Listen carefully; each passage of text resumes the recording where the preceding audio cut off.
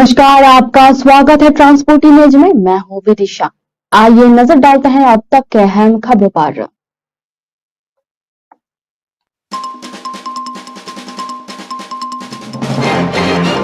Supreme सरकार के cabinet गठन होते ही सूबे में बढ़े डीजल के दाम।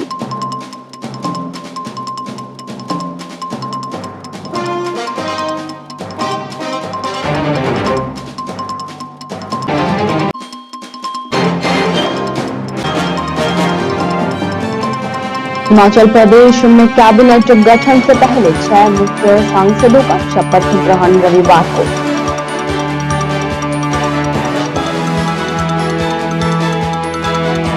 अंधविश्वास के चक्कर में मां ने 6 माह के बच्चे को फावड़े से काट कर उतारा मौत के घाट।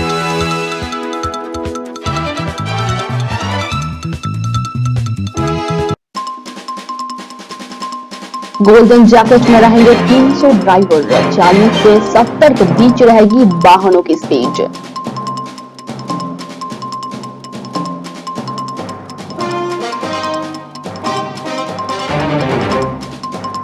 दहेज में चाहिए थी महंगी जैकेट, ससुराल से नहीं मिली तो गला दबाकर पत्नी की कर दी हत्या।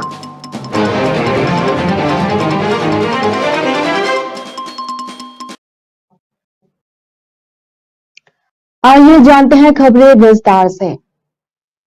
हिमाचल प्रदेश में सुक्खू सरकार ने कैबिनेट गठन के ठीक बाद सूबे की जनता को एक बड़ा झटका दिया है। सूबे में डीजल के दाम में इजाफा हुआ है। सरकार ने डीजल के दामों में 3 रुपए की बढ़ोतरी की है। दरअसल सरकार ने स्टेट टैक्स में इजाफा किया और इस वजह से दाम बढ़े हैं। सरकार की ओर से डीजल के दाम बढ़ने को लेकर नोटिफिकेशन जारी कर दिया गया है। जानकारी के अनुसार कर एवं आबकारी विभाग ने डीजल पर लगने वाले वैट को शनिवार रात से बढ़ा दिया है।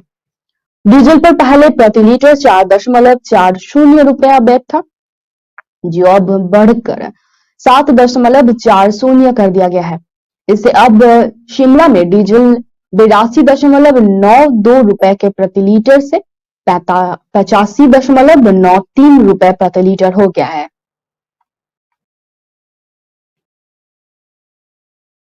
हिमाचल प्रदेश में सुक्खू सरकार ने कैबिनेट गठन के ठीक बाद सूबे की जनता को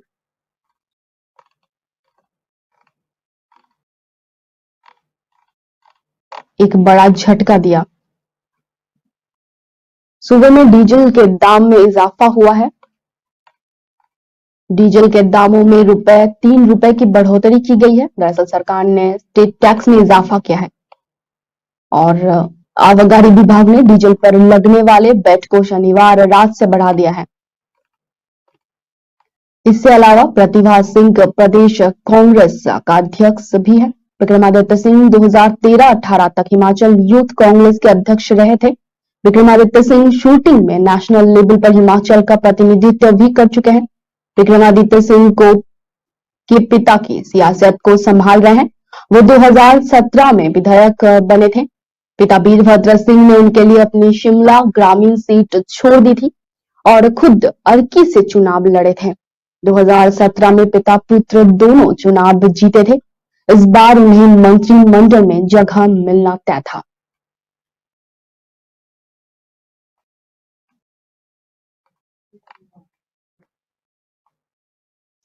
हिमाचल प्रदेश में कैबिनेट गठन से पहले सरकार ने मुख्य संसदीय सचिवों की नियुक्ति की है।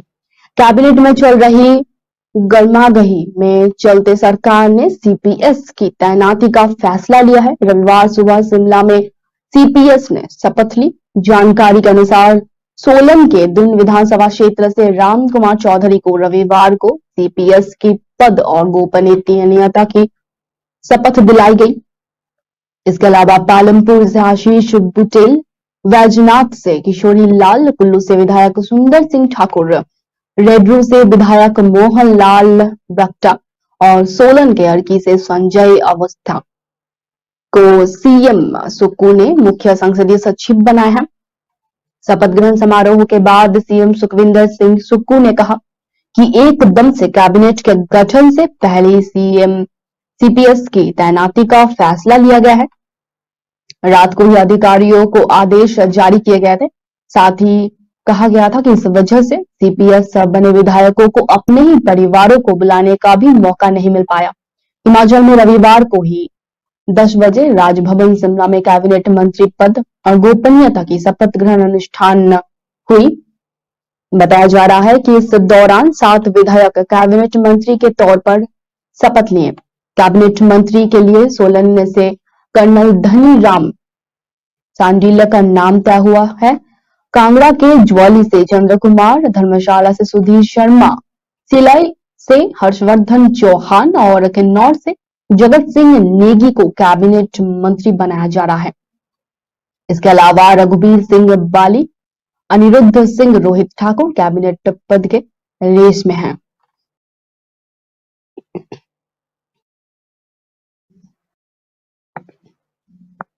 हिमाचल प्रदेश में आखिरकार एक माह के इंतजार के बाद कैबिनेट का गठन हो गया। शिमला में राजभवन में रविवार सुबह कैबिनेट मंत्रियों ने शपथ ली। इससे पहले सचिवालय में सीएम सुखविंदर सिंह सुक्खू ने 6 मुख्य संसदीय सचिवों को पद और गोपनीयता की शपथ दिलाई। जानकारी के अनुसार हिमाचल राजभवन में करीब 10 बजे कैबिनेट के लिए मंत्रियों के लिए शपथ ग्रहण समारोह शुरू हुआ। सबसे पहले डॉक्टर धनी राम सांडिल्य ने शपथ ली, वो सोलन से विधायक बने। इसके बाद कांगड़ा के ज्वाली से विधायक चंद्र कुमार ने मंत्री पद की शपथ ली, वो 6 बार विधायक थे। इसके बाद सिरमौर के सिलाई हर्षवर्धन को कैबिनेट में शामिल किया गया। चौथे नंबर पर जगत सिंह नेगी ने मंत्री बनने की शपथ ली। इसके बाद शिमला के जुब्बल कोटराही के रोहित ठाकुर का नंबर रहा। उनके नाम की घोषणा होते ही राजभवन में खूब तालियां बजी। वही शिमला के कुसुम पच्ची से विधायक अनिरुद्ध सिंह और शिमला ग्रामीण से विधायक और पूर्व सीएम वीरभद्र सिंह के बेटे विक्रमादित्य सिंह सबसे अंत में पद और गोपनीयता की शपथ दिलाई गई। और इसी में हिमाचल कैबिनेट में 10 पदों पर मंत्री की तैनाती होनी थी, लेकिन दावेदार ज्यादा होने के चलते सीएम सुक्खू ने फिलहाल के लिए 7 पदों को ही भरने का फैसला लिया है। मंत्रिमंडल में अब 3 पद खाली रहे हैं और इन पद पर बाद में नियुक्ति होगी। हालांकि कैबिनेट की रेस में सुंदर सिंह, राजेश धमानी का नाम भी चल रहा था, लेकिन सुंदर सिंह को सीपीएस बनाया गया, जबकि राजेश धर्मानी को फिलहाल कैबिनेट वर्क के लिए इंतजार करना होगा। वही कैबिनेट गठन में सुधीर शर्मा को भी जगह नहीं दी गई। ये भी काफी चौंकाने वाला फैसला है। कैबिनेट गठन से पहले सीएम सुक्खू ने रविवार सुबह मुख्य संसदीय सचिवों की तैनाती की। कैबिनेट में खींचातानी को कम करने और पावर बैलेंस बनाने के लिए 6 सीपीएस बनाए गए हैं। इनमें दून विधानसभा में राम कुमार चौधरी, बैजनाथ के किशोरी लाल, अर्की से संजय अवस्थी, कुल्लू से सुंदर सिंह ठाकुर, पालमपुर से आशीष बुलेट सह और कई अन्य के नाम भी इसमें शामिल है।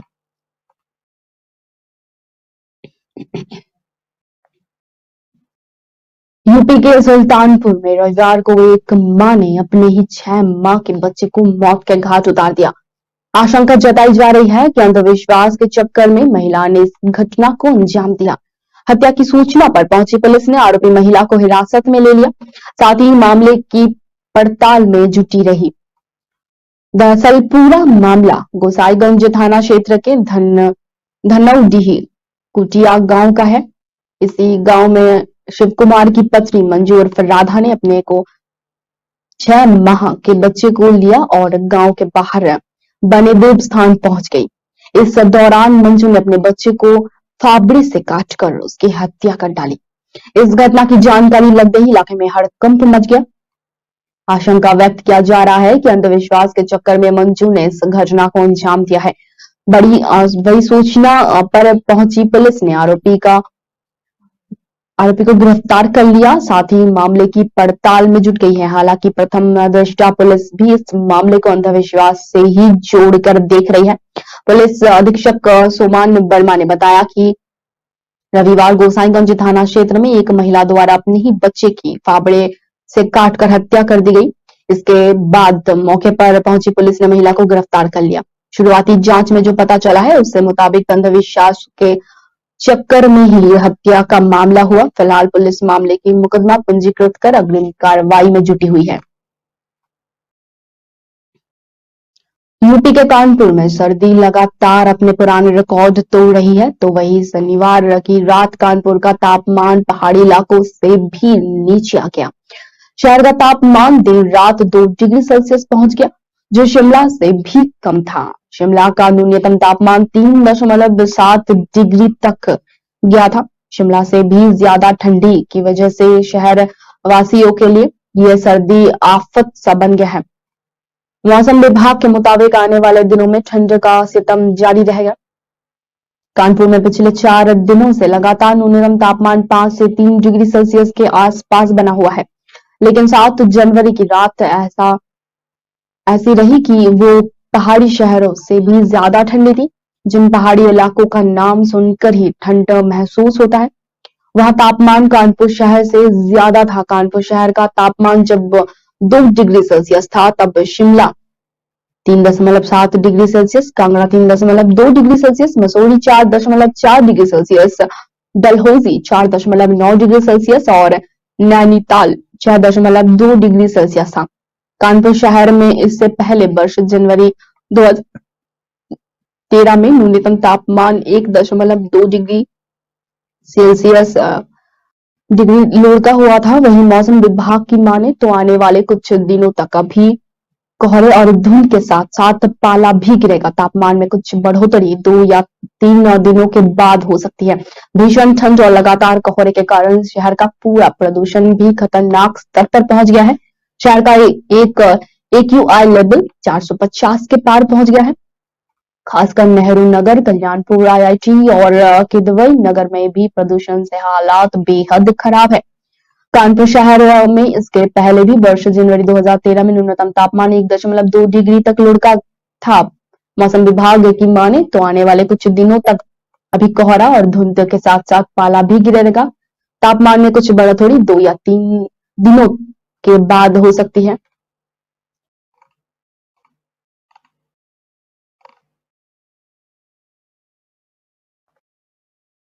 उत्तर प्रदेश के बाराबंकी जिले में घूम रहे एक साइको किलर की पुलिस को तलाश है।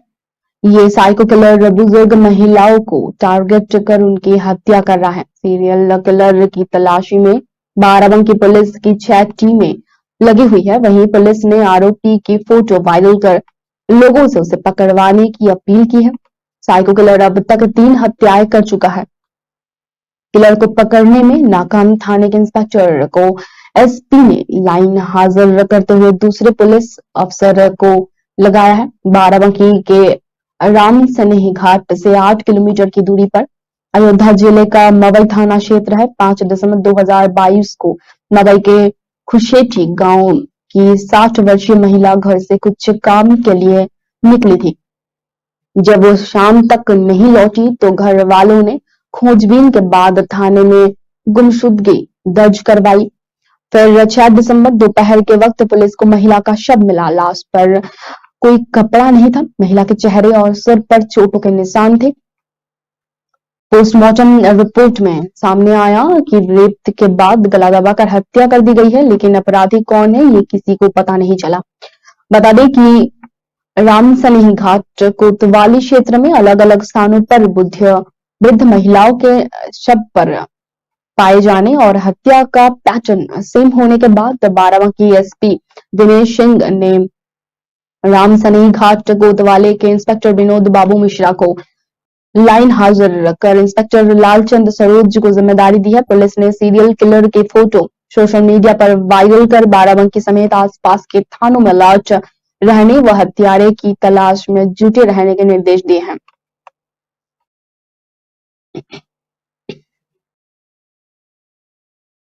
महिलाओं को लेकर ट्वीट पर अभद्र टिप्पणी मामले में समाजवादी पार्टी के आधिकारिक ट्विटर हैंडल संचालक मनीष अग्रवाल की गिरफ्तारी के बाद रविवार सुबह पार्टी अध्यक्ष अखिलेश यादव पुलिस मुख्यालय सिग्नेचर बिल्डिंग पहुंचे। कहा जा रहा है कि मनीष अग्रवाल की गिरफ्तारी के विरोध में अखिलेश यादव पार्टी कार्यकर्ताओं संघ पुलिस मुख्यालय में पहुंचे। इस दौरान एक अफसर ने अखिलेश यादव को चाय का ऑफर दिया तो उन्होंने मना कर दिया। अखिलेश ने कहा कि बाहर दुकान खुल गई होगी, वहीं से मंगवा लेंगे। हमें पुलिस पर भरोसा नहीं, कहीं जहर मिला दिया तो आप अपनी चाय खुद पिए। अखिलेश यादव के सिग्नेचर बिल्डिंग पहुंचने के बाद समाजवादी पार्टी के ऑफिशियल ट्विटर हैंडल से एक ट्वीट भी किया गया, जिसमें लिखा है कि अखिलेश यादव पुलिस मुख्यालय पहुंचे लेकिन वहां कोई जिम्मेदार व्यक्ति मौजूद नहीं है। दरअसल सपा के ट्विटर हैंडल संचालक मनीष जगन अग्रवाल के खिलाफ बीजेपी युवा मोर्चा की महिला नेता की तरफ से हजरतगंज थाने में एक एफआईआर दर्ज करवाई गई थी, जिसमें समाजवादी पार्टी मीडिया सेल के ट्विटर हैंडल से चरित्र हनन, अभद्रता, धमकाने का आरोप लगाया गया था। वही जिसके बाद पुलिस ने मनीष जगन अग्रवाल को गिरफ्तार कर लिया। समाजवादी पार्टी की तरफ से मनीष की गिरफ्तारी को निंदनीय बताया गया है। कहा जा रहा है कि इसी के विरोध में अखिलेश यादव रविवार सुबह सुबह सिग्नेचर बिल्डिंग पहुंचे। गौरतलब है कि अखिलेश यादव लगातार पार्टी नेताओं के खिलाफ हो रहे कार्रवाई को सरकार की बदले की राजनीति बता रहे हैं।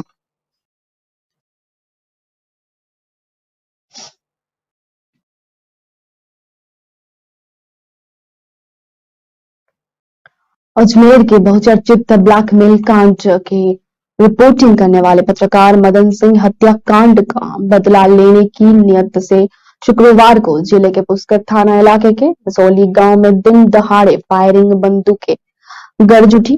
फायरिंग में एक व्यक्ति की मौत हो गई और एक गंभीर रूप से घायल हो गया। फायरिंग से इलाके में हड़कंप मच गया। फायरिंग के वारदात के बाद पुलिस अधीक्षक चूनाराम निजाट, एडिशनल एसपी सिटी विकास संगावन और एडिशनल एसपी ग्रामीण वैभव शर्मा जेएलएन अस्पताल पहुंचे और मृतक के परिजनों से जानकारी जुटाई। वारदात की सूचना मिलते ही जेएलएन हॉस्पिटल में मोर्चरी के बाहर मृतकों के परिचितों का जमावड़ा लगा हुआ था। वारदात को अंजाम देने में कितने लोग शामिल थे, इसकी जांच की जा रही है। जानकारी के मुताबिक फायरिंग का ये मामला आपसी रंजिश का बताया जा रहा है। वारदात पुष्कर के एक रिसोर्ट में शनिवार को दोपहर के बाद हुई। वहां फायरिंग में पूर्व पार्षद एवं हिस्ट्री शीटर सवाई सिंह तंबर के सिर में गोली लगने से मौत हो गई, जबकि इसके साथ ही दिनेश तिवारी के पेट में गोली लगी है। फायरिंग में सवाई सिंह और दिनेश तिवारी गंभीर रूप से घायल हो गए थे। बाद में दोनों को इलाज के लिए अजमेर के जवाहरलाल नेहरू चिकित्सालय ले जाया गया। वहां सवाई सिंह की मौत हो गई। घायल दिनेश तिवारी का जेएलएन हॉस्पिटल में इलाज जारी है।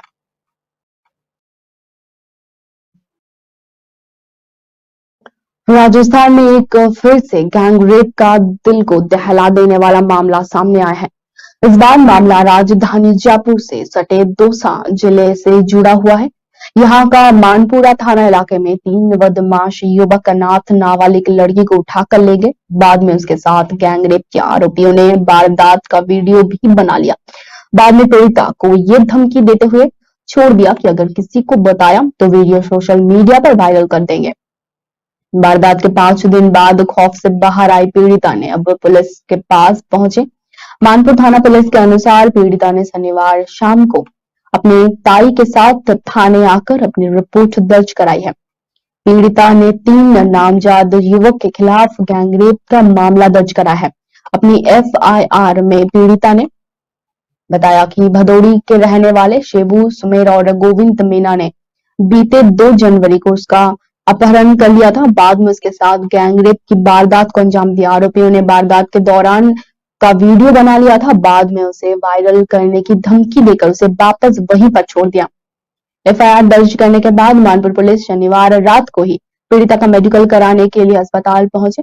पुलिस ने पीड़िता के बयान दर्ज कर लिए। पीड़िता के न्यायालय में सीआरपीसी की धारा 164 के तहत बयान सोमवार को दर्ज करवाए जाएंगे। पूरे मामले की जांच मानपुर के डीएसपी दीपक मीना कर रहे हैं। पुलिस आरोपियों की तलाश में जुटी हुई है, लेकिन उनका अभी तक कोई सुराग नहीं मिल पाया है।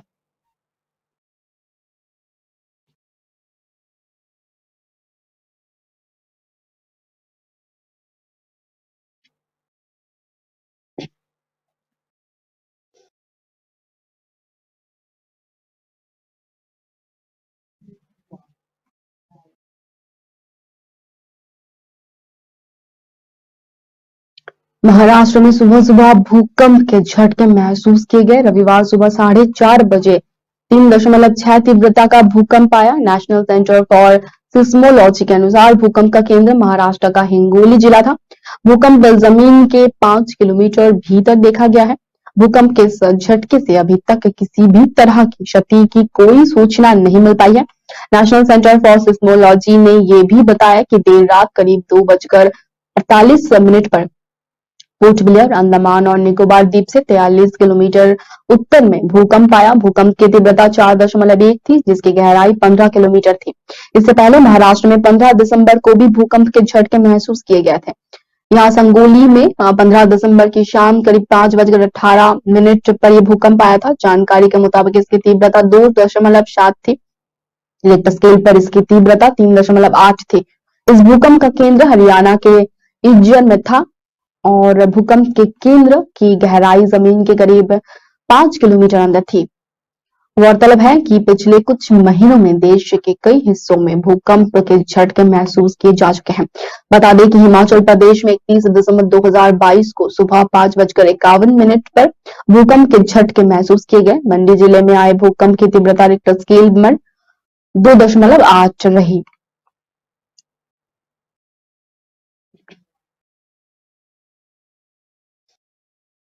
सासाराम सदर प्रखंड के नहोना पंचायत की पंचायत समिति सदस्य रूपा कुमारी के जाति प्रमाण पत्र को लेकर विवाद खड़ा हो गया है।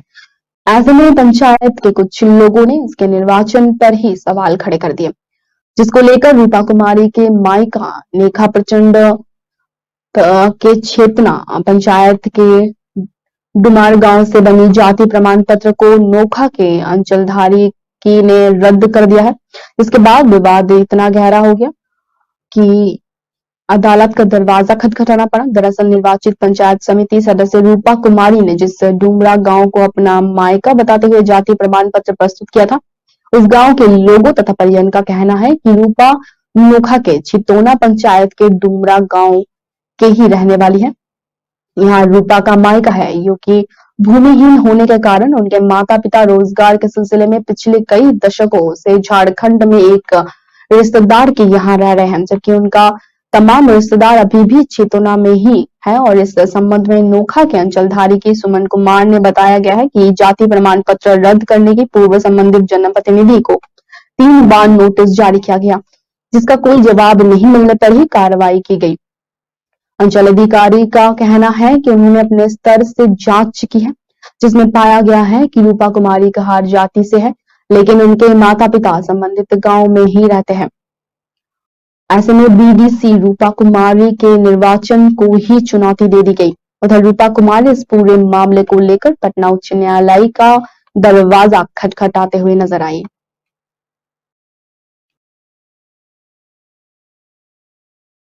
बिहार में कड़ाके की ठंड पड़ रही है, ऐसे में जैकेट की डिमांड भी तेज हो गई है। लेकिन छपरा में एक ऐसा मामला सामने आया है कि जिसे सुनकर आपके होश उड़ जाएंगे। मामला वैशाली जिले का है, जहां एक पति ने जैकेट की डिमांड पूरा नहीं करने पर अपनी ही पत्नी की हत्या कर दी। मृतक का नाम रितिका कुमारी है, जो छपरा के मुफस्सिल थाना क्षेत्र के मंगाईडीह गांव की रहने वाली थी। 8 महीने पूर्व ही रितिका की शादी वैशाली जिले के देसरी थाना क्षेत्र स्थित कालीचरण सिंह उर्फ बुलबुल सिंह के साथ हुई थी। मृतक के परिजनों का आरोप है कि शादी के बाद ही दहेज के डिमांड कर रही थी रितिका को पीड़ित किया जा रहा था। वहीं परिजनों के अनुसार रितिका की हत्या के 2 दिन पहले जैकेट के लिए उसे प्रताड़ित किया गया, जिसकी सूचना उसने अपनी मां को दी थी। इस संबंध में ससुराल वालों के खिलाफ वैशाली जिले के देसरी थाने में एक एफआईआर दर्ज करवाई गई है। एफआईआर दर्ज कराए गए और एफआईआर में मृतक की मां और मुफस्सिल थाना क्षेत्र के मंगाईडीह गांव निवासी अनीता देवी ने बताया कि उन्होंने अपनी पुत्री की शादी हिंदू रीति रिवाज से 2 मई 2022 को वैशाली जिले के देसरी थाना क्षेत्र के पानापुरा रघुनाथ गांव निवासी भोला सिंह के पुत्र कालीचरण से करवाई थी। परिजनों के अनुसार शादी के समय से ही 4 पहिया वाहन और अन्य सामान के लिए उनकी पुत्री को प्रताड़ित किया जा रहा था। यहाँ तक कि पुत्री कोई बात घर तक नहीं पहुंचा पाए, इसके लिए मोबाइल का सिम नंबर तक चेंज कर दिया गया था। 7 माह बाद यानी कि 2 जनवरी 2023 को अचानक 7:30 बजे सुबह में ससुराल वालों ने फोन करके बताया कि अब की बेटी का तबीयत खराब हो गया, जल्द आइए। जबकि हकीकत ये था कि दामाद और घर के अन्य सदस्यों ने मिलकर उसकी गला दबाकर हत्या कर दी थी। मृतका की मां ने बताया कि इस बात का प्रमाण गले पर दाग और मेडिकल टीम के अफसरों के द्वारा मौके पर बताया जाना है। पुलिस ने भी प्रथम दृष्टता से इसे हत्या का मामला ही माना है, क्योंकि गले पर दाग स्पष्ट दिखाई दे रहा है।